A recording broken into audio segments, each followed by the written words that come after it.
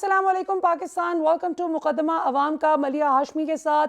नाजरीन, बहुत ही इस वक्त पाकिस्तान की मौशी तौर पर और सियासी तौर पर गंभीर सूरत हाल है। आइनी बहरान एक तरफ है। आज इलेक्शन कमीशन ऑफ पाकिस्तान ने सदर पाकिस्तान की जो मुशावराती अमल है खैबर पख्तूनख्वा और पंजाब में इलेक्शन करवाने के हवाले से उसका हिस्सा बनने से इनकार कर दिया है और सदर पाकिस्तान को एक शिकवा भरा ख़त भी अरसाल किया है।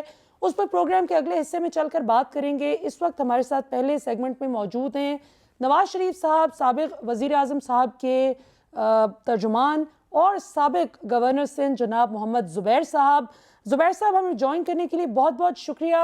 सबसे पहले तो ये बताइए कि ख्वाजा आसिफ साहब जो कि आपकी पीडीएम हुकूमत के बड़े प्रोमिनेंट वज़ीर हैं और उनकी बात को बहुत सीरियसली लेता है मीडिया, उन्होंने भी हाल ही में इंकशाफ किया है, बल्कि एतराफ़ किया है कि पाकिस्तान दिवालिया हो नहीं रहा, हो चुका है। आपकी इस हवाले से क्या राय है? आप मुत्तफिक हैं ख्वाजा साहब से? मैं तो मुत्तफिक नहीं हूँ। पता नहीं, ख्वाजा साहब से ही पूछना चाहिए, उनको ज्यादा सही पता होगा। वो काबीना में बैठते, मैं तो नहीं हूँ। तो उन्होंने किस बेसिस पर कहा? मेरे पास जो नंबर्स हैं, और अब देखे ना, अब इसमें दो तीन चीजें होती हैं। एक तो हम एक लूज टॉक जिसको कहते हैं ना, दिवालिया या मेल्ट डाउन होना या इकोनॉमी की खराब सूरत हाल, ये सारे इंटरचेंजेबली यूज होते हैं। अगर हम प्योर इकोनॉमिक टर्म्स में लें कि जी क्या डिफॉल्ट कर दिया है पाकिस्तान ने, तो वो नहीं हुआ। ज़ाहिर है, डिफॉल्ट का तो मतलब ये होता है कि आपने अपनी एक्सटर्नल जो रिक्वायर ऑब्लिगेशन हैं वो आपने मीट नहीं किए। मिसाल के तौर पर अगर आपने डेट रीपे करने का टाइम था या बॉन्ड्स की पेमेंट थी जो आपने पहले इशू किए थे, वो इस किस्म की अगर सूरत हाल हो तो वो तो नहीं हुई है। जितने भी पाकिस्तान के वो रिक्वायरमेंट्स थी वो फुलफिल की हैं, तो वो डिफॉल्ट का वो जो सही इकोनॉमिक टर्मिनोलॉजी में तो वो नहीं हुआ। लेकिन अगर आप ये पूछेंगे कि इकोनॉमिक सिचुएशन कैसी है और कितनी खराब है, तो बहुत ज्यादा खराब है और उसमें तो कोई दो राय है ही नहीं। और we are obviously in a crisis situation. और आईएमएफ के ऊपर अब तकरीबन सारा दारोमदार है कि वो उनका बोर्ड कब अप्रूव करेगा, और उसके नतीजे में पाकिस्तान को अगर फिर पैसे मिलते हैं 1 बिलियन से ज्यादा, वो itself is not going to solve the problem. फिर उसके बाद भी हमें बहुत से रेज करने, तो ये तो क्राइसिस सिचुएशन तो रहेगी अभी कुछ अर्सा। बिल्कुल सही। अच्छा ज़ुबैर साहब, आपको क्या लगता है जिस वक्त 10 माह पहले पीडीएम हुकूमत आई, इमरान खान साहब की हुकूमत को गिराया गया, तो उसका बेसिक प्रेमिस ये था आपकी पीडीएम जमातों का कि हम मईशत को ठीक करने आए हैं। और फिर जब हमने डीजीआई और डीजीआईएसपीआर साहब की मुश्तरका प्रेस कॉन्फ्रेंस भी सुनी, तो उसमें मोहतरम डीजीआई साहब ने भी इसी बात पे जोर दिया कि ये केसेस बनाना और करप्शन केसेस के पीछे भागने से ज़्यादा मुआशी सूरत हाल को देखना ज़्यादा ज़रूरी है। तो आपको लगता है कि रिजीम चेंज ऑपरेशन से उल्टा पीडीएम जमातें अगले इलेक्शन में जाने के लिए एक मुश्किल सिचुएशन में आ गई हैं और इमरान खान साहब का ग्राफ आप लोगों की वजह से और ऊपर चला गया? लेकिन ये बहुत लंबा सवाल है, लेकिन मैं इसको ट्राई करता हूँ आंसर करने का। एक तो ये होता है कि पाकिस्तान में आज की बात नहीं है, 1958 में भी जब मार्शल लॉ आया था तो वो accountability was one of the main thing, और उसमें सियासतदानों को बैन कर दिया था। तकरीबन सब सियासतदानों को बैन कर दिया था। और फिर आपको पता है कि सारे जो भी आए हुक्मरान, उन्होंने अकाउंटेबिलिटी का नाम बुलंद किया है। और आप पीछे मुड़ के देखें तो अकाउंटेबिलिटी के नाम पर किसी को आज तक सजा ही नहीं हुई है 60-70 साल में। वो भी एक हकीकत है। तो बहुत सी दफा जब नई हुकूमत आती है तो लोगों की एक राय होती है और ओपिनियन होता है। जाहिर सी बात है, वो कोई एक हार्ड एंड फास्ट रूल, यार आप ये पकड़ पकड़ की सियासत ना करें, फोकस करें लोगों के मसाइल पर। क्योंकि लोग जब आप ये टीवी पर बैठ के प्रेस कॉन्फ्रेंस हुकूमत की नुमाइंदे करते हैं कि जी उसने इतनी करप्शन की, उसने इतनी करप्शन की, तो जो आम पाकिस्तानी है 20 करोड़ से ज्यादा लोग, वो कहते हैं यार मुझे नान तो सस्ता करने की बात करें, मुझे दवाई सस्ती चाहिए, मुझे बच्चों की बिल्कुल। एजुकेशन चाहिए। तो मैं इसलिए वो कहते हैं कि आपका हुकूमत का जो मेन फोकस होता है वो पकड़ धकड़ से ज्यादा आवाम के मसाइल पर होना चाहिए। और फिर हम खुद ही साथ में कहते हैं, तमाम पॉलिटिकल पार्टी कि जो पकड़ धकड़ करने वाले इदारे हैं, जैसे पहले नैब होता था, वो it is suppose to be independent. तो अगर हुकूमत इतनी ज्यादा इन्वॉल्व होगी तो फिर उससे उसका फोकस हट जाएगा। इस वजह से कहते थे, और फिर मिला भी नहीं कुछ कि जी आप at the end of the day फिर आप ये कहें कि जी इस वजह से नहीं कन्विक्शन हुई कि जनरल बाजवा नहीं चाहते थे एंड सो ऑन। वो भी एक हकीकत है कि जी वो चाहते थे या नहीं चाहते थे, मुझे हमें तो नहीं पता, बट अब हमें जाके नहीं, बताया जा आपकी रहा है तो कि मुलाकातें होती रही है जुबैर साहब, आप बता दें वो चाहते थे या नहीं चाहते थे? नहीं, मेरा तो ख्याल है, देखिए ना, एक तो उनका काम ही नहीं था कि जी वो चाहते थे या नहीं चाहते थे, हम्म। लेकिन उनको ये पता था, उनके डिफेंस में मैं बात कर रहा हूँ, जो सामने नजर आता था कि इकोनॉमी जो थी, जो देखे ना, इमरान खान कोई नॉर्मल सियासतदान तो नहीं थे, ना ही वो एक नॉर्मल पॉलिटिकल पार्टी को रिप्रेजेंट कर रहे थे। उन्होंने जो वादा किया था वो तो पाकिस्तान में जो एक्सपेक्टेशन थी वो बिल्कुल डिफरेंट थी। वो एक हम्म। खुशहाल पाकिस्तान के हवाले से थी, एक नया पाकिस्तान के हवाले से थी। 2.5 करोड़ बच्चों को स्कूल भेजने का मिसाल के तौर पर उन्होंने जब बात की थी, लेकिन जब हुकूमत में आए तो बात करना छोड़ दी। शाहिद खान अब्बासी और नवाज शरीफ तो ज्यादा बात करते थे, और मुझे आप निकाल के दिखा देंगे 2.5 करोड़ बच्चों की कभी उन्होंने बात की जो स्कूल नहीं जा सकते थे। और इसी तरह से जो अवाम के मसाइल नहीं, की इश्यूज सेहत थे। कार्ड वगैरह तो दिया ना, अवाम का कुछ ना कुछ इशू तो एड्रेस करने की कोशिश की, लंगर खाने, एहसास प्रोग्राम, एहसास स्कॉलरशिप। तो पाकिस्तान खूब पाएगी, इस वजह से नहीं कह रहा कि वो पीटीआई की हुकूमत थी क्या, मतलब या 4 वजीर खजाना अगर आप 3.5 साल में चेंज होंगे तो इट हम्म। Just shows. उसके बाद आप ये कहना कि जी इकोनॉमी जबरदस्त चल रही थी तो फिर असद उमर को क्यों निकाला था? वो तो हम्म। पोस्टर बॉय था ना, उसी ने तो इम्प्लीमेंट करना था नया पाकिस्तान का ख्वाब। फिर आपने उसे बिल्कुल 180 डिग्रीज डिफरेंट, जिसने प्लान से कोई ताल्लुक ही नहीं था, हफीज शेख का तो बिल्कुल। पीटीआई के प्लान से कोई ताल्लुक नहीं था ना, उस बिल्कुल। नया पाकिस्तान के तसव्वुर से कोई ताल्लुक नहीं था। बिल्कुल। और ये तो फंडामेंटल डिफरेंस था अप्रोच में। फिर और शौकत ब्रीफ अली ने केस आके, पकड़ के चले भी गए वो। एनीवेज, मतलब वो तो एक मिक्स रिकॉर्ड होता है, कुछ किया कुछ नहीं किया, वो नहीं मैं उस बहस में जा रहा। बट वो जो आप कह रही है ना कि ये इसमें दूसरा जो आपका पार्ट था वो वैलिड क्वेश्चन था कि जी क्या पीटीएम ने क्या अपने 10 महीने में क्या खोया या क्या पाया है? तो जी। जाहिर सी बात है, पॉलिटिकल कैपिटल बहुत लूज किया है, बहुत ज्यादा लूज किया है, खासतौर पर पीटीएम नहीं, पीएमएलएन ने, मैं कहूँगा। हम्म। और मुझे नहीं पता कि हमारे कौन से लीडर्स ये कह के आए थे कि जी हम क्या करने आ रहे हैं। मेरे हिसाब से तो बड़ा सिंपल था। हम इतना मुश्किल उसको बनाने की कोशिश करते हैं। पार्लियामेंट्री जमहूरियत में और पाकिस्तान में जितने सीटें हैं, 172 जिसके पास होते हैं वो वजीर आजम बनता है। हम्म। 2018 में 2 पॉलिटिकल पार्टीज अलाइज बने थे, इमरान खान के, एक बाप पार्टी और एक एमपीएम। और उस वो दोनों की वजह से उनको 176 मिले थे। वो दोनों मुड़ के इस तरफ आ गए, पीएमएलएन और पीपल्स पार्टी या जेयूआईएफ के साथ 172 इनके हो गए। इन्होंने हुकूमत का तख्ता कर दिया। अब इमरान खान साहब ये कहते हैं कि ये उनके कहने पर गए थे, जनरल बाजवा के कहने पर। तो उनसे सवाल ये है कि 2018 में वो किसके कहने पर आपके साथ आए थे? ये तो नहीं हो सकता कि जब मेरे पास आ रहे हैं तो मैं तो नहीं, उस वो वक्त तो हवा बनी हुई थी ना, वो तो बड़ी पॉपुलर वेव थी पीटीआई की 2018 के इलेक्शन से पहले, जिस तरह अभी बनी हुई है। वो तो लोगों को, ये इतनी इलेक्टेबल्स को नजर आता है ना कि जीत रहे हैं। इतनी मासूम ना बने ना कि किस तरह से एस्टेब्लिशमेंट वो काम कर रही थी to get force people to support PTI, not just in the after the election but before the election, जिस तरह से तो तोड़ा। ये तो मतलब मैं आपके। एक जी। जी। एग्जांपल देता हूँ। जी। बलूचिस्तान असेंबली में मार्च 2018 में 22 पीएमएलएन की हुकूमत थी, जी। 22 मेंबर थे। हम्म। एक रात को क्या हुआ कि दूसरे दिन सिर्फ चीफ मिनिस्टर पीएमएलएन के रह गए, बाकी 21 जो थे बाप पार्टी एक नई पार्टी बन गई। तो बिल्कुल। ऐसे ही एक दिन रात को उनको ख्याल आया कि पीएमएलएन तो बड़ी खराब है, इसलिए हम 21-22 में से वहां चले जाते हैं। सारा तोड़ फोड़ की गई थी, सेनेट के इलेक्शन में तोड़ फोड़ की गई थी। खुद इमरान खान ने कहा है कि हमें जब इलेक्शन में, जब पार्लियामेंट में वोट चाहिए होते थे तो हम एजेंसीज को कहते थे। What does that mean? तो ये व्हाट जुबैर डज साहब, दैट अभी जावेद लतीफ साहब ने भी तो कुछ अर्सा पहले जावेद लतीफ साहब के प्रोग्राम में कन्फेस किया ना कि हमें लाया गया है, हमें बिठाया गया है। तो ये पीडीएम हुकूमत भी जो 10 माह पहले आई है, इसको भी फिर वही लाए हैं जिन पर आप 2018 में इल्जाम लगाते हैं कि इमरान खान को जो लेके आए। और अगर ये इसमें हकीकत है तो ये तो कोई रीजन नहीं है कि आप इतने मासूम हैं कि जी आपको मैं तो कहा कि हूं ही आप आ मासूम। जाएं और हमने कहा अच्छा जी सलूट करके हम पीछे पीछे लग गए। ये तो अगर ऐसे है तो बहुत ही अफसोसनाक बात है। बट जहां तक मेरी मालूमात है हमारी अपनी चॉइस थी।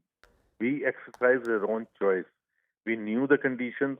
इकोनॉमी ठीक है। की भी पता थी हमें, पॉलिटिकल भी पता थी, हमें ये भी पता था कि हम आईएमएफ प्रोग्राम के तहत चल रहे हैं और इलेक्शन ईयर में आईएमएफ प्रोग्राम का मतलब ये होता है कि सख्त तरीन फैसले आपको करने पड़ेंगे, उसके हम्म। से कोई छुटकारा नहीं होगा। तो we exercise that choice. Now उसकी जाहिर है जो रिजल्ट्स हैं वो पॉपुलैरिटी के हवाले नहीं, से बिल्कुल इमरान खान पॉपुलर। आपने चॉइस एक्सरसाइज की, मिफ्ता इस्माइल आए थे, चलें वो थोड़ा सा चीज़ों को समझने की कोशिश कर रहे थे, जो वो रिलीफ देने की कोशिश करने लगते थे उधर आप ही की जमात रोक देती थी कि नहीं ये फैसला इसहाक डार साहब आके करेंगे। ये भी तो ज्यादती है ना जुबैर साहब। ये है कि पीटीआई का एक भी मेंबर सितंबर 2022 तक, जब तक मिफ्ता इस्माइल था, उसकी क्लास दे रहे थे, उसके बाजे बजा रहे थे, उसके कोई भी नहीं उसको उसके साथ कोई सिंपथी रख रहा था। जब इसहाक डार आ गए तो सारी सिंपथी कि जी वो भी तो अच्छा काम कर रहा था। भाई वो अच्छा काम मुझे तो वो बता दें, इसहाक कौन सा डार असद से उमर बेहतर थे ना, मेरा को तारीफ करते थे कि जी ये तो इसहाक बड़ा डार से जबरदस्त। निस्बतन बेहतर थे मिफ्ता साहब। यही तो नहीं पूरी कौम का रोना है। नहीं नहीं नहीं, ये उसका रोना तो किसी और का तो हो सकता है, लेकिन पीटीआई वालों का नहीं रोना हो सकता। बिकॉज वो उठा के देख लेना, असद उमर के बयानात उठा के देख ले, हमाद अजहर के, इमरान खान के, शौकत तरीन के, हम्म।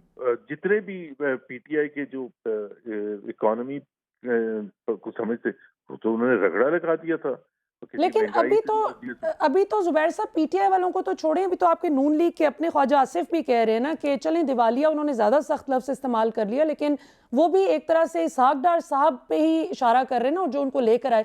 आखिरी सवाल बस मैं आपसे करना चाहूँगी जुबैर साहब, नवाज शरीफ साहब के हवाले से ज़ाहिर है उनके बहुत चाहने वाले उनके सपोर्टर्स और वोटर्स पाकिस्तान में इंट्रीग्ड हैं, ये जानना चाहते हैं कि वो कब आएंगे, ख़ास तौर पर जब मरियम साहिबा ने अभी रिसेंटली कहा कि ये हमारी हुकूमत नहीं है, शहबाज शरीफ साहब की हुकूमत, नून लीग की हुकूमत आप इसको नहीं कह सकते, नून लीग की हुकूमत जब होती कि नवाज शरीफ पाकिस्तान में होते। तो इस हवाले से आप क्या कहेंगे, कब तक आ रहे हैं और नून लीग की हुकूमत कब कहा जाएगा इसे?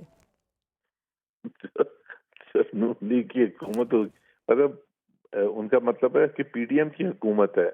अच्छा। एंटायरली आप नून लीग को तो नहीं ब्लेम कर सकते हैं, या आप अच्छा। तारीफ भी अगर हम कोई क्लेम करते हैं तो हम ये कहते हैं ना, पीडीएम की हुकूमत सब इत्तेहादियों का सबने मिल के फैसला किया है, हमेशा ये कहते हैं। चाहे वो हम्म। असेंबलीज को रखने का फैसला है कि जी अगस्त तक अब चलेंगी या जो भी है। मियां नवाज शरीफ तो जाहिर है इस हुकूमत का तो हिस्सा नहीं बनेंगे, जब अगर आ भी जाते हैं तो वो तो जब अगला जनरल इलेक्शन होगा तो उसके बाद अगर पीएमएलएन की हुकूमत आती है इंशाल्लाह ताला, तो उस वक्त फिर वो वजीर आजम बनेंगे। उसमें शहबाज शरीफ होंगे, गुंजाइश होगी काबीना में उनकी? ये मुझे नहीं पता अच्छा। गुंजाइश होगी या नहीं होगी, बट जाहिर सी बात है, देखिए फैसले जो होते हैं वो मियां नवाज शरीफ के होते हैं। अगर पार्टी, अच्छा। अभी मियां शहबाज शरीफ भी जो वजीर आजम बने थे वो मियां जी। नवाज शरीफ का फैसला था ना। अच्छा। जब शाहिद खान अब्बासी वजीर आजम बने थे तो वो भी नवाज शरीफ का फैसला था। सही। तो वो और चीज द डिसीजन मिफ्ता मेकर तो। मिफ्ता इस्माइल को वजीर खजाना बनाने का फैसला नवाज शरीफ साहब का था। देखिए मिर्जा इस्माइल को मैं आपको बड़ी सिंपल सी बात बता, देखिए जब पीएम, इसमें राइट और रॉन्ग और कौन ज्यादा अच्छा है बुरा है, मैं उसमें नहीं जा रहा, बट आपको भी पता है कि जो दो अखबार पिछले थे, 98-99 वाला और 2013 से 2017 वाला, उसमें इसाक डार थे जो पीएमएलएन की जब हुकूमत आई थी फाइनेंस मिनिस्टर। और अब भी सबको ये पता था, आपको भी, जो उनके मुखालफिन भी हैं जो उनसे डिसएग्री भी करते हैं इसाक डार से, सबको इतना तो पता है कि पीएमएलएन की हुकूमत आएगी, और अगर इसाक डार अवेलेबल होते अप्रैल 2022 में तो वही वजीर खजाना होते, लेकिन वो हम्म। अवेलेबल नहीं थे, तो इसलिए मिर्जा इस्माइल बने थे। और जब वो अवेलेबल हो गए तो जाहिर सी बात है नहीं, मिर्जा ये तो इस्माइल ने कुर्सी छोड़ वैसे दी। मुझे तो मिफ्ता इस्माइल साहब से पर्सनली, सिवाय कोकोमो में थोड़ी सी इजाफा कर दें अपने इंग्रेडिएंट्स का, वो जो नंबर ऑफ कोकोमोज होते हैं, उसके अलावा मुझे कोई शिकवा नहीं है उनसे। इसहाक डार साहब जिस तरह से जुबैर साहब आर्टिफिशियली डॉलर रेट मेंटेन करने की कोशिश करते हैं और उसमें जी फिर जी। बेड़ा गर्क कर देते हैं मईशत का, उस पर एतराज़ है लोगों को। तो ये आप देखिए करें ना, कोई इसमें आवाज़ इसमें हमारी इसमें पहुंचाए देखिए, ना। एक सेकंड देखें, उसमें दो पहलू होते हैं। इकोनॉमी कोई एग्जैक्ट साइंस नहीं होती। 2013 से 2017 का जो पीरियड था उसमें 99% जो मैक्रो इकोनॉमिक इंडिकेटर्स थे वो सब जबरदस्त थे। सबसे बड़ी चीज ये होती, और ये वक्त की मुनासबत से होता है। 2013 से 2017 के आप महंगाई के फिगर्स उठा के देख लें, पाकिस्तान में 40 साल में सबसे लोएस्ट थे।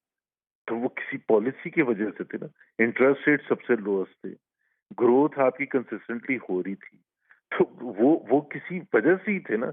ये नहीं आप कह सकती, ये तो पता नहीं कहाँ से फैलाया हुआ है भाई। अगर आप कोई फैसला करते हैं कि मैंने डॉलर का एक्सचेंज रेट, मुशर्रफ की सब तारीफ करते हैं, अच्छा यही क्राउड जो है वो हम्म। मुशर्रफ के बड़ी तारीफ करता है कि इकोनॉमी करते हैं या नहीं करते हैं। तो बिल्कुल। मुशर्रफ के जमाने में तो 60 रुपए था 5 साल तक, 60 रुपए था एक्सचेंज रेट। तो उस अच्छा, जब जैसे ही पीपल्स पार्टी आई थी, शौकत तरीन बने थे फाइनेंस मिनिस्टर, तो 60 से 83 एक ही झटके में पहुंच गया था। तो उस वक्त पीपल्स पार्टी की खिंचाई कर रहे थे कि ये क्या किया। देखे ना वो कितना स्टेबल था।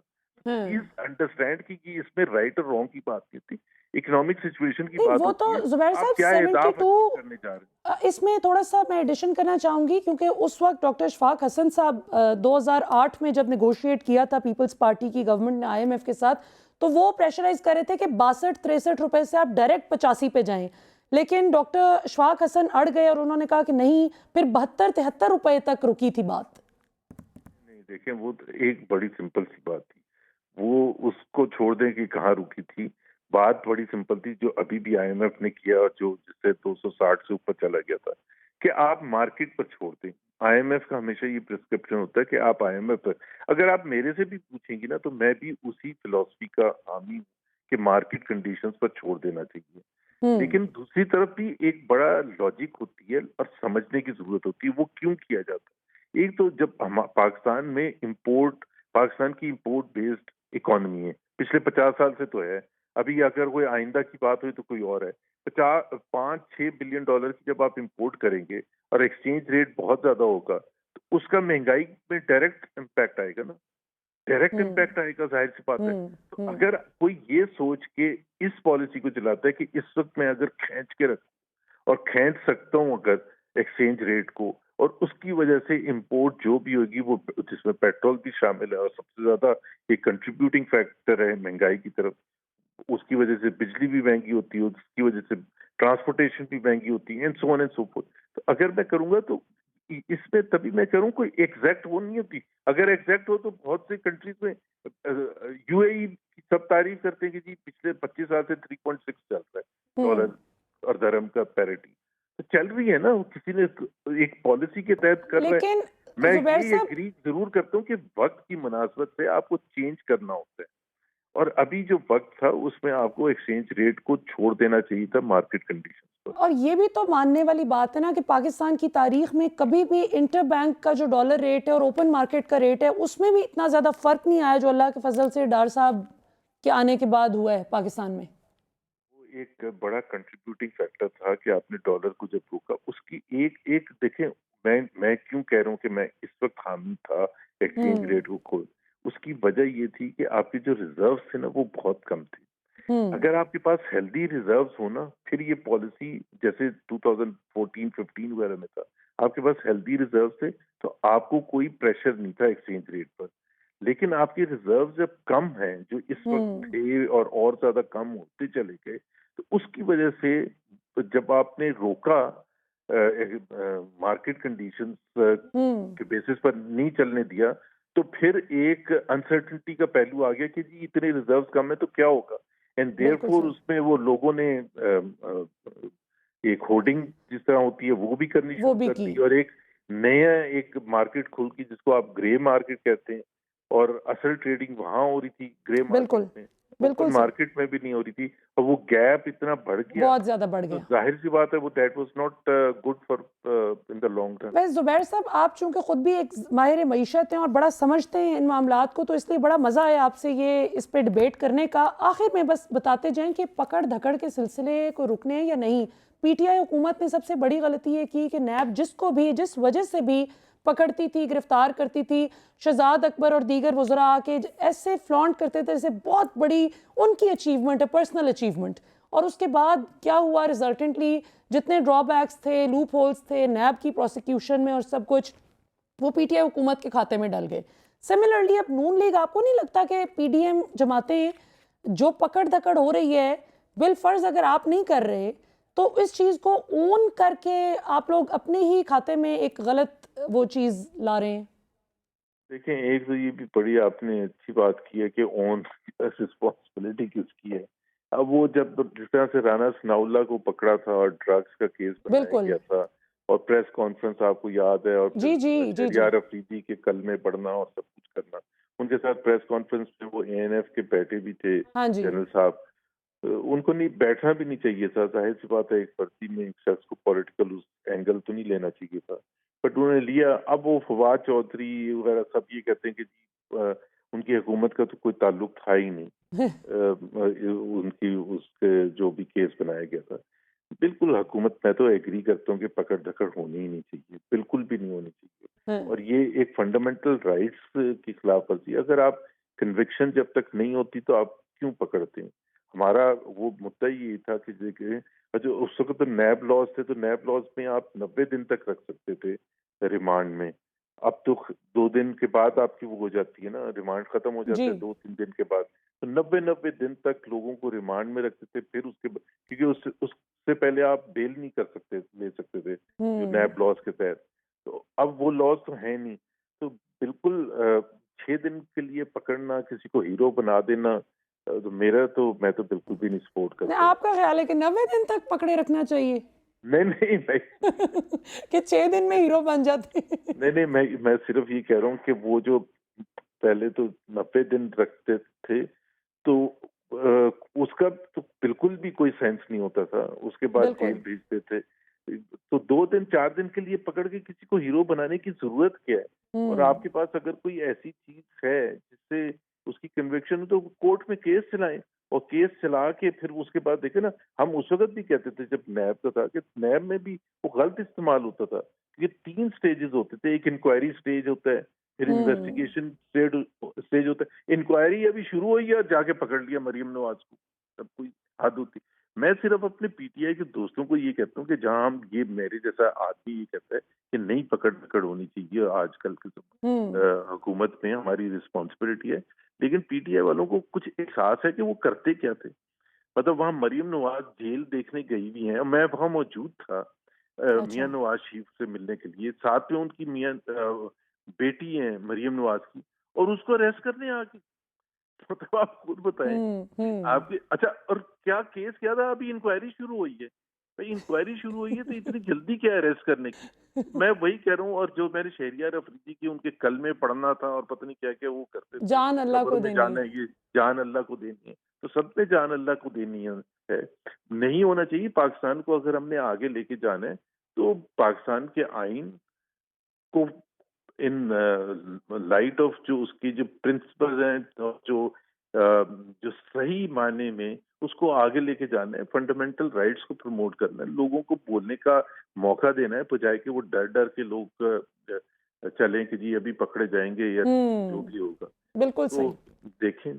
बिल्कुल ठीक है सही जी। ज़ुबैर साहब, ओके। बड़ी प्रिंसिपल्ड गुफ्तगू आपने की, बहुत थैंक अच्छा यू। सेशन रहा। थैंक यू वेरी मच हमें ज्वाइन करने के लिए। नाज़रीन, आपने गुफ्तगू सुनी नवाज शरीफ साहब के तर्जुमान और साबिक़ गवर्नर सिंध जनाब ज़ुबैर साहब, जिनसे हमने मईशत से लेकर सियासी एतबार से ये जो पकड़ धकड़ और जो बहरान पाकिस्तान में इस वक्त पूरी पाकिस्तानी अवाम को लपेट में लिए हुए है, हमने इस पर बड़ी मुफस्सिल गुफ्तगू की। उम्मीद है मैंने आपके जहन में जितने भी सवाल आते होंगे जो कि पूछे जाने चाहिए इस वक्त मौजूदा हुकूमत से, वो I tried putting them forward. अभी वक्त हुआ है जी एक शॉर्ट कमर्शियल ब्रेक का।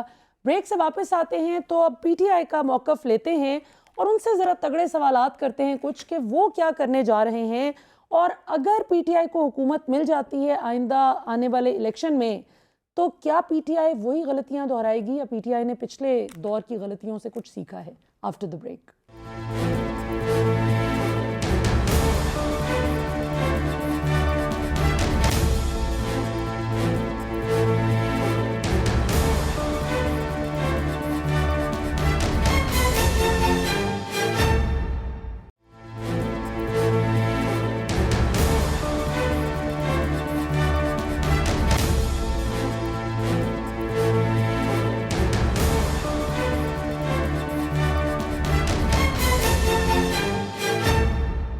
वेलकम बैक नाजरीन। बात करेंगे आज की पाकिस्तान की मौजूदा सियासी सूरत हाल पर। हमारे साथ मौजूद हैं जी साबिक सूबाई वज़ीर बराए जेल खाना जात, आप साबिक सूबाई वज़ीर बराए इत्तलात व नशरियात भी रह चुके हैं पंजाब में। फ़याज़ुल हसन चौहान साहब हमारे साथ मौजूद हैं। चौहान साहब, हमें ज्वाइन करने के लिए बहुत बहुत शुक्रिया। सबसे पहले तो आपसे पूछना चाहूँगी, ये जो आपकी जेल भरो तहरीक है जिसका खान साहब ने परसों ऐलान किया है कि 22 तारीख से आप शुरू कर रहे हैं, उस हवाले से ज़रा आवाम को मुतला कीजिए कि क्या प्लानिंग है आपकी? Why should people come out for you? आपके लिए क्यों लोग निकले आपके साथ? बिस्मिल्लाहिर्रहमानिर्रहीम। अच्छा, बुनियादी तौर पर ये जो जेल भरो तहरीक है, ये बड़ा रेसिप्रोकली जो ना ये होनी चाहिए थी। ये जेल भरो तहरीक होनी चाहिए थी 13 गीदड़ों के खिलाफ। ये 13 गीदड़ सारे जेल में भरने चाहिए थे। ये 13 पार्टियां पीडीएम की जेल में इनको भरना चाहिए था। इनके जो चेयरमैन प्रेसिडेंट हैं उनको जेल में भरना चाहिए था। इनकी जो 83-84 रुकनी जनाब कैबिनेट है उसको जेल में भरना चाहिए था। जो 11 महीनों में इन्होंने पाकिस्तान के साथ खिलवाड़ किया, पाकिस्तान की मईशत के साथ, पाकिस्तान की माशरत के साथ, पाकिस्तान की सियासत के साथ, पाकिस्तान के आइन के साथ और पाकिस्तान की सालमियत के साथ, बुनियादी तौर पर इन सारों को जेल में डालकर जेल भरो तहरीक होनी चाहिए। लेकिन मैं ये समझता हूं कि ये हमारी बदकिस्मती है इस पाकिस्तान की कि पीटीआई और इमरान खान वो जेल भरो तहरीक क्यों स्टार्ट कर रहे हैं कि उनके पास में कोई रास्ता ही नहीं है। आइन और कानून के मुताबिक चलने के हवाले से हर किस्म का एक्ट और हर किस्म का टैक्टिस इस्तेमाल कर लिया, लेकिन इनके कानों पे जू नहीं रेंग रही। आइन की पामाली ये कर रहे हैं, कानून की पामाली ये कर रहे हैं, एथिक्स की पामाली ये कर रहे हैं। 90 दिन के इलेक्शन कराना आइन के अंदर वाजे तौर पे लिखा हुआ है। 1 महीना 5 दिन ऊपर होने वाले हैं। ये आइन की धज्जियां उड़ा के आर्टिकल 6 इनके ऊपर लग रहा है, लेकिन इनको कोई किसी किस्म की परेशानी नहीं। मुल्क डूब गया है और ख्वाजा आसिफ जैसा शख्स के जो वजीर दफा है, जिसका काम ही नहीं है इकोनॉमी के ऊपर बोलना, इतनी इररिस्पॉन्सिबल ये हुकूमत है कि उसका वजीर दफा ओपनली कह रहा है कि हमारा मुल्क जो है वो डिफॉल्ट हो चुका है। इस किस्म की 2 नंबर हुकूमत के खिलाफ अब हमारे पास एक ही रास्ता रहता है कि हम जेल भरो तहरीक शुरू करें, और इमरान खान साहब ने उसकी तारीख अनाउंस कर दी है। पहला फेज जो है वो लाहौर है, फिर पेशावर है, फिर रावलपिंडी है। ये हमारा एक पाकिस्तान की सालमियत और बका की खातिर जो हम जंग लड़ रहे हैं, उसके हवाले एक नुमाइंदगी का इजहार है कि हम पूरी दुनिया के सामने और पाकिस्तानी कौम के सामने ये बता रहे हैं कि पीटीआई का वर्कर, पीटीआई के लीडर्स, पीटीआई के एमएनए एमपीएस, पीटीआई के जितने भी रहनुमा है, वो इस मुल्क की खातिर इस इंपोर्टेड हुकूमत, इस निकम्मी हुकूमत के खिलाफ जनाब हम जेल भरो तहरीक स्टार्ट कर रहे हैं। ये एक वो मैनिफेस्टेशन है। सही। अच्छा चौहान साहब, ये ख्वाजा आसिफ साहब के बयान का आपने जिक्र किया, इस पे मुझे थोड़ा सा ये बताएं, क्योंकि आप पंजाब में बैठे हुए हैं और इस वक्त पंजाब की सूरत हाल जो है, ज़ाहिर है खान साहब की गिरफ्तारी का ख़तरा तो एक तरफ, लेकिन चूंकि आप पंजाब के सबसे ज़्यादा अगर कोई गिने चुने अवामी नुमाइंदे हैं जो वाकई अवाम में उठते बैठते हैं, तो उनमें आपका शुमार होता है। इसलिए आपसे ही पूछना बहुत पर्टिनेंट है कि जो कारोबारी शख्सियात हैं लाहौर में, पंजाब में, वो ख्वाजा साहब के इस बयान को किस तरह से देख रही हैं? इन्वेस्टर्स पे इसका क्या फ़र्क पड़ा है?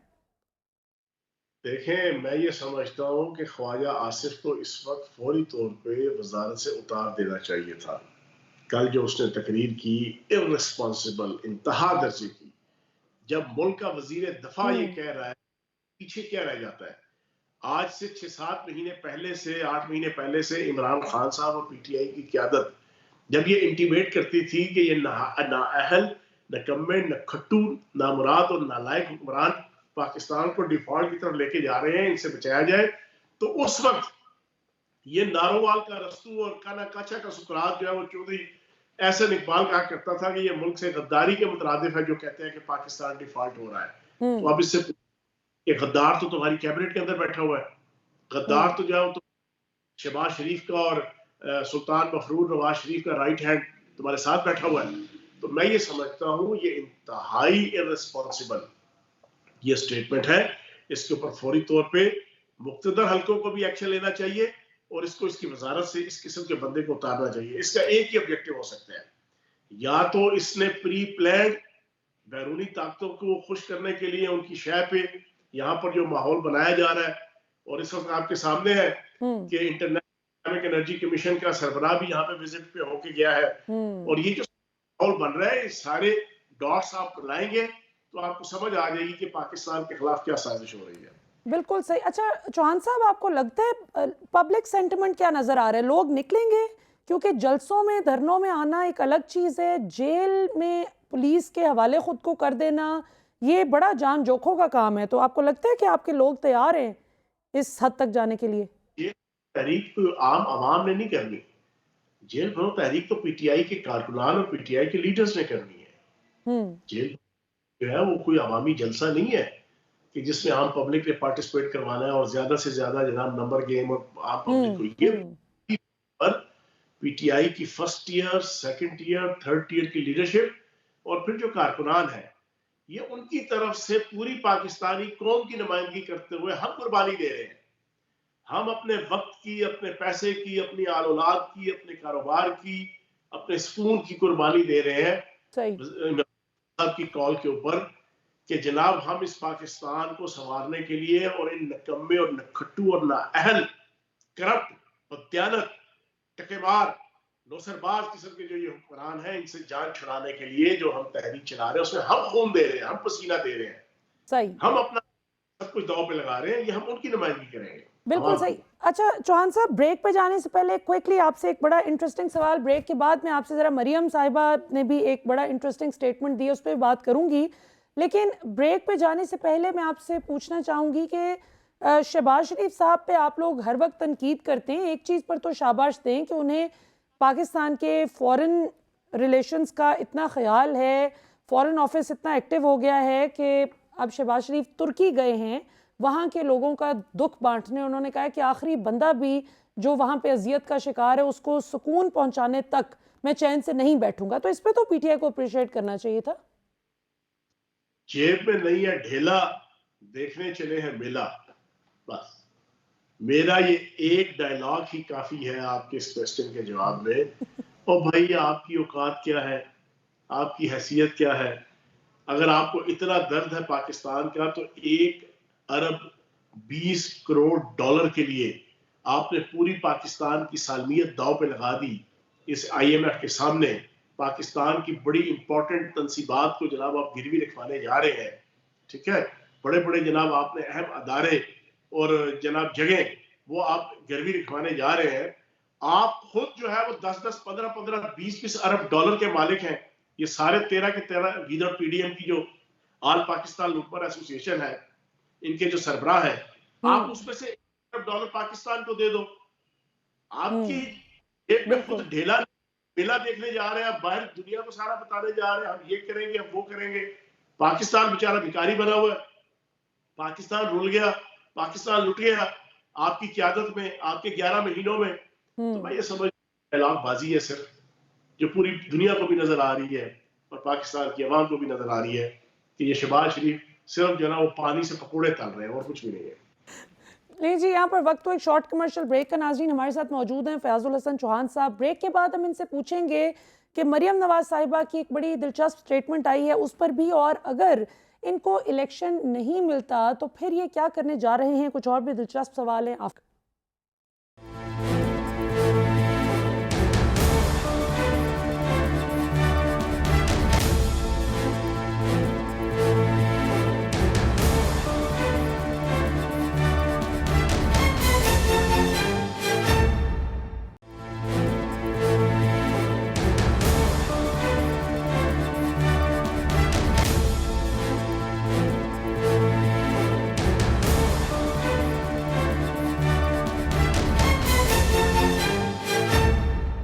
वेलकम बैक नाज़रीन, हमारे साथ मौजूद हैं जी फयाजुल हसन चौहान साहब। बहुत ही दिलचस्प गुफ्तगू चल रही है। चौहान साहब, आपसे मैं पूछना चाहूँगी एक बड़ा पर्टिनेंट सवाल जो आपके नाक़दीन भी करते हैं और आपके चाहने वाले भी करते हैं और आपसे मुराद आप समेत आपके तमाम पीटीआई रहनुमा इसमें शामिल हैं।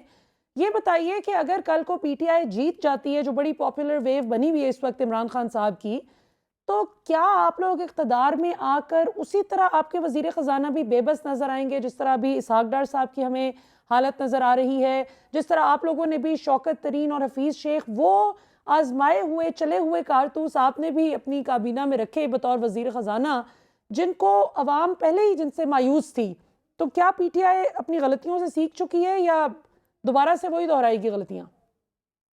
अच्छा मलिया, मैं आपको दिलचस्प बात बताऊं, पोठोहार के अंदर ना एक मुहावरा है। जी। वो मुहावरा इस तरह है कि 302 का केस हो जाता है, अच्छे खासे खानदान के ऊपर चौधरी होते हैं ना, जमींदार। अच्छा। तो केस डील करते करते करते सारी बाड़ियां, बाड़ियां जमीन को कहते हैं, सारी बाड़ियां बिक जाती हैं केस सही। लड़ते लड़ते। तो 20 साल बाद वो ना उनका भटका, वो शाम को बैठा होता है, हुक्का लगाया होता है, तो वो हुक्का करते ना फूंक निकालता है और साथ ही कहता है यार जी बाड़ियां तो बिकी गई हैं पर कानून सैनी है। ठीक है ना, मतलब है कि 302 केस को भुगतने के बाद जमीनें तो बिक गई लेकिन कानून आ गई है। तो मैं ये समझ खान साहब को और पीटीआई को, हम सबको ये पूरा झटका तो एक लगा है, ये 11 महीने हुकूमत जाने का, रजीम चेंज ऑपरेशन का, हुकूमत टॉपल होने का, लेकिन इससे सीख बहुत कुछ गए हैं सारे, सब बहुत कुछ। तो मैं ये समझता हूँ खान साहब ने भी बहुत कुछ सीखा होगा। तो अक्लमंद वही होता है जो सीखने के बाद जो है वो नेक्स्ट टाइम कोशिश करता है कि वो गलती ना हो, बिल्कुल ना सही, हो, वो बिल्कुल सही। नेग्लिजेंस ना हो। तो इंशाल्लाह उम्मीद है कि ऐसी चीज नहीं होगी। और यही नून लीग भी कहती है कि हमने भी अब की गलतियां देख ली हैं, हमें 10 महीने का टाइम अभी तक मिला है, थोड़ा सा ज़्यादा मिल जाए और अगली दफ़ा अवाम वोट दे तो हम इन गलतियों से सीख के ज़्यादा बेहतर परफॉर्म करेंगे। मतलब 40 साल ਤੁਸੀਂ ਕੁਝ ਨਹੀਂ ਕੀਤਾ ਜਿਹੜਾ ਹੁਣ ਤੁਸੀਂ ਕਹਿੰਦੇ ਹੋ ਫਿਰ ਦੁਬਾਰਾ ਤੁਹਾਡਾ ਟਾਈਮ ਦਈਏ। ਹਾਂ, ਲੋਕਾਂ ਦੇ ਮੱਥੇ ਤੇ ਜਿਹੜਾ ਬੁੱਧੂ ਤੇ ਨਹੀਂ ਲਿਖਿਆ है ना, लोगों को इन्होंने बेवकूफ समझ रखा है, या लोग जो है ना वो कान की तरफ से रोटी खाते हैं। लोगों को पता है पाकिस्तान की आवाम को जनाब इनको 40 साल से इनको इक़्तिदार मिल रहा है, तो इन्होंने क्या कर दिया। अब वो बेगम सफदर कहती है कि मौजूदा हुकूमत से मेरा कोई ताल्लुक नहीं है, कल इनका जनाब वालिद भी थोड़ा और सियासी बदनाम हो जाएगा तो ये अपने वालिद साहब से भी मुकर जाएंगी कि मेरा नवाज शरीफ से कोई ताल्लुक नहीं है। अजीब मंतक है यार, मीठा मीठा हब हब कड़वा कड़वा थू थू। जब आई थी शहबाज शरीफ की हुकूमत तो बड़ा जनाब उछल कूद के और डिस्को डांस करके इन्होंने इस्तकबाल किया था कि मेरी हुकूमत आ गई, मेरी हुकूमत, हमारी हुकूमत। तो हुण जदों बेड़ा गर्क करता जे पाकिस्तान का, तो पाकिस्तान की मीशत का आवाम झोलियां उठा उठा के गालियां दे रही है, तो अब कहती है कि मेरी हुकूमत नहीं है, मेरा ताल्लुक नहीं है। तो जनाब ये चक्करबाजियां, ये गोयबल्स की सियासत, ये मैकावली की सियासत, ये चाकिया की सियासत जो है वो किसी और के साथ करें। ये सोशल मीडिया का 21वीं सदी का दौर है, यहाँ पे ये गोयबल्स और चाकिया की सियासत नहीं हो पाती है। अच्छा, लेकिन तो इसमें चौहान साहब, लेकिन नून लीग ये कहती है कि आप लोग प्रेशर बड़ा छोड़ के गए हैं। चौहान साहब, आप मुझे सुन पा रहे हैं? जी जी मैं सुन रहा हूँ। मैं कह रही हूँ कि नून लीग, अभी जुबैर साहब पिछले सेगमेंट में हमारे साथ मौजूद थे, तो वो कहते हैं कि हम पे बोझ बहुत डाल गई है पीटीआई हुकूमत, जिसकी वजह से अब हमें संभलने में वक्त लग रहा है। यार झूठ बोलते हैं, बकवास करते हैं। 3.5 साल हमारा इक़्तिदार रहा इमरान खान साहब का, 3.5 सालों में कोई महीना नहीं था जब इनका एहतजाज नहीं होता था, कोई महीना नहीं था जब इनके धरने नहीं थे, कोई महीना नहीं था जब इनके लॉन्ग मार्च नहीं थे, कोई महीना नहीं था जब 2 साल का कोरोना क्राइसिस था। 100 साल की तारीख में बड़े सगीर में पहला क्राइसिस आया, पहली 100 साल बाद वबा आई ताउन के बाद। इस क्राइसिस के अंदर अगर इमरान खान पाकिस्तान की इकॉनमी को अपने पांव पे खड़ा कर सकता है, तो इनको किस अकल के अंधे ने रोका हुआ है, इनके पांव और इनके हाथ किसने रोके हुए हैं। A bad man covers with its tool, नाच न जाने आंगन टेढ़ा, आटा गूंदे हिलती क्यों है। मेरा ख्याल है इससे ज्यादा इस जुबैर साहब का जनाब जो जस्टिफिकेशन है उसका जवाब और नहीं हो सकता। अच्छा चौहान साहब, ये क्विकली बता दीजिएगा कि पीटीआई पर एक बड़ा इतराज़ आपके अपने सपोर्टर्स की जानिब से भी होता था और आपके नाकदीन तो करते ही थे, वैसे नाकदीन कम करते थे, सपोर्टर्स ज़्यादा करते थे, और वो ये कि कई ऐसे लोगों को बड़े अहम पोर्टफोलियोज दिए गए जो कि पीटीआई की बड़ी गलतियों में शुमार की जाती है, जो ना आपके साथ लॉयल थे, ना आपके नज़रिए पर चलने वाले थे, वो सिर्फ आए इक़्तिदार के मज़े लूटे।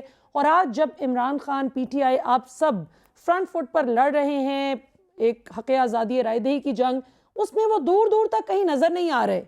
तो ये थोड़ा सा बताएं कि उनके कोई नाम पता को पता चले कि उस्मान बुज़दार साहब आजकल किधर हैं, कोई वो किधर हैं, जितने भी आपकी काबीना में इतने मुशीर भरे हुए थे, इतने वज़ीर थे, वो खुसरो बख्तियार किधर गए, वो आपके रज़ाक दाऊद साहब कहाँ गए।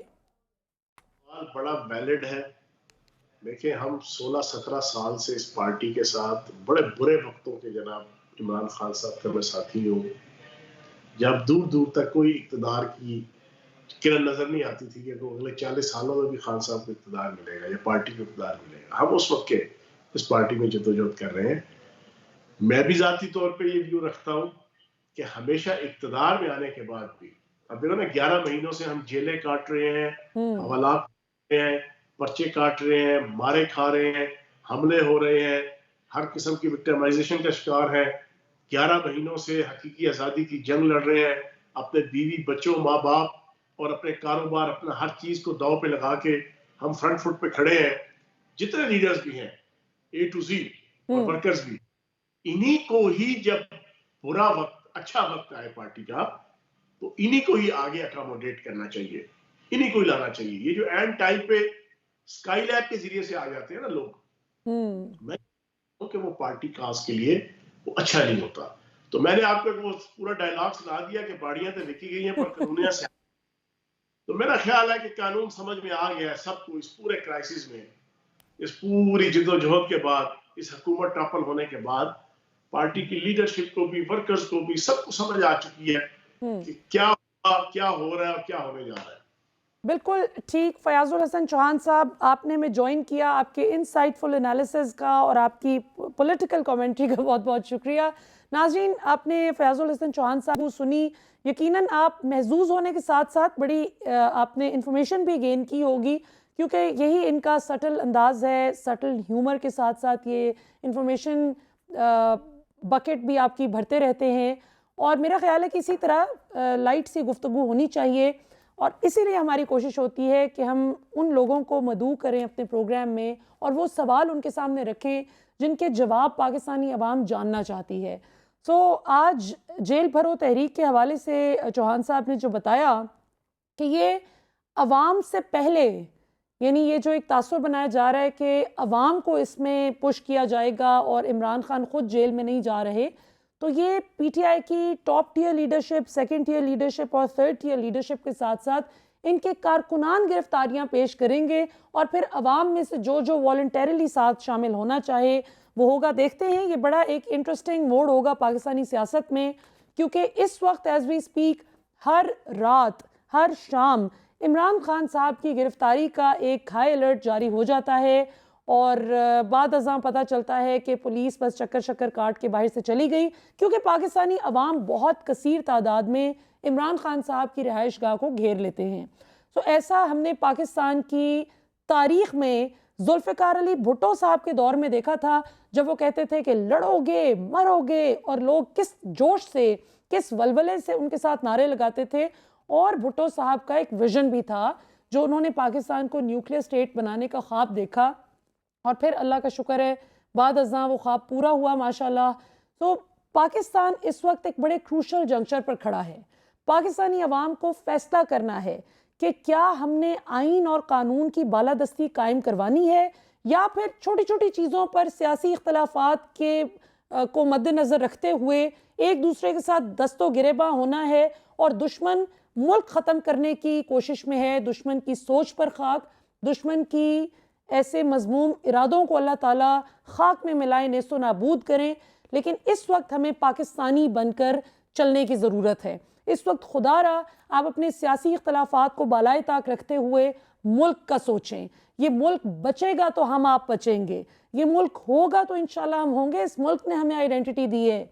जो लोग अपने मुल्क की आज़ादी के लिए फ़ाइट नहीं करते, जो अपने मुल्क के लिए खड़े नहीं होते, जो अपने मुल्क के इदारों के साथ, उन इदारों की सालमियत के साथ और इस झंडे की अज़मत और उसकी इस मुल्क की इस्तकामत के लिए खड़े नहीं होते, तो वो कभी भी इज़्ज़त नहीं पाते। किसी भी मुल्क को आप ले लें, वही लोग पूरी दुनिया में इज़्ज़त पाते हैं जो अपने मुल्क के लिए डट कर खड़े होते हैं और अपने मुल्क का दिफा करते हैं। क्योंकि पाकिस्तान है तो हम हैं इंशाल्लाह। अभी तक के लिए नाज़रीन इतना ही। इंशाल्लाह आपसे अगले जुमे के रोज़ रात 8 बजे फिर मुलाकात होगी इंशाल्लाह। पाकिस्तान जिंदाबाद।